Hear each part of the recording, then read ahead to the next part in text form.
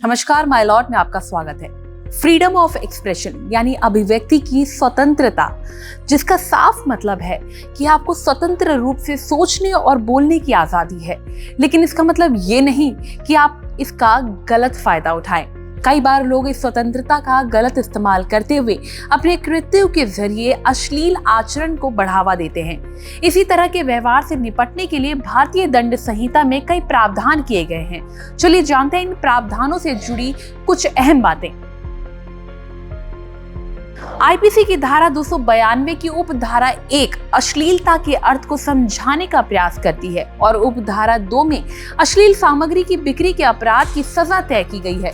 IPC की धारा 292 की उपधारा 1 के मुताबिक धारा 292 की उपधारा 2 के संबंध में पुस्तक, पैम्पलेट आदि को अश्लील तब माना जाएगा जब वो या तो सेंसुअल यानी कामुक है या कामुक व्यक्तियों के लिए रुचिकर है, या इसके किसी भी भाग से ऐसे लोगों को भ्रष्ट किया जा रहा है या उन लोगों को भ्रष्ट करने की प्रवृत्ति रखता है जो संभावित तौर पर इन पुस्तक या पैम्पलेट आदि को पढ़ेंगे या देखेंगे।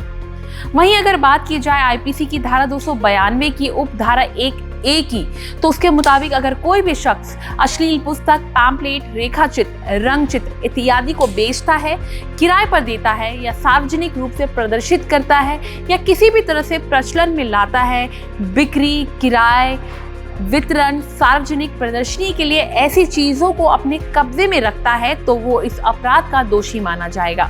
आईपीसी की धारा 292 की उपधारा 1B के मुताबिक भी कुछ इसी तरह के अपराध की सजा तय की गई है। आईपीसी की धारा 292 की उपधारा A से D तक में किए गए ऐसे कार्यों को अंजाम देने वाले व्यक्तियों को 2 साल तक की जेल या 2000 रुपए तक के जुर्माने तक की सजा भी तय है। वहीं अगर कोई व्यक्ति इस अपराध को दोहराता है तो इस स्थिति में उसे 5 साल तक की जेल या 5000 रुपए तक के जुर्माने की सजा हो सकती है।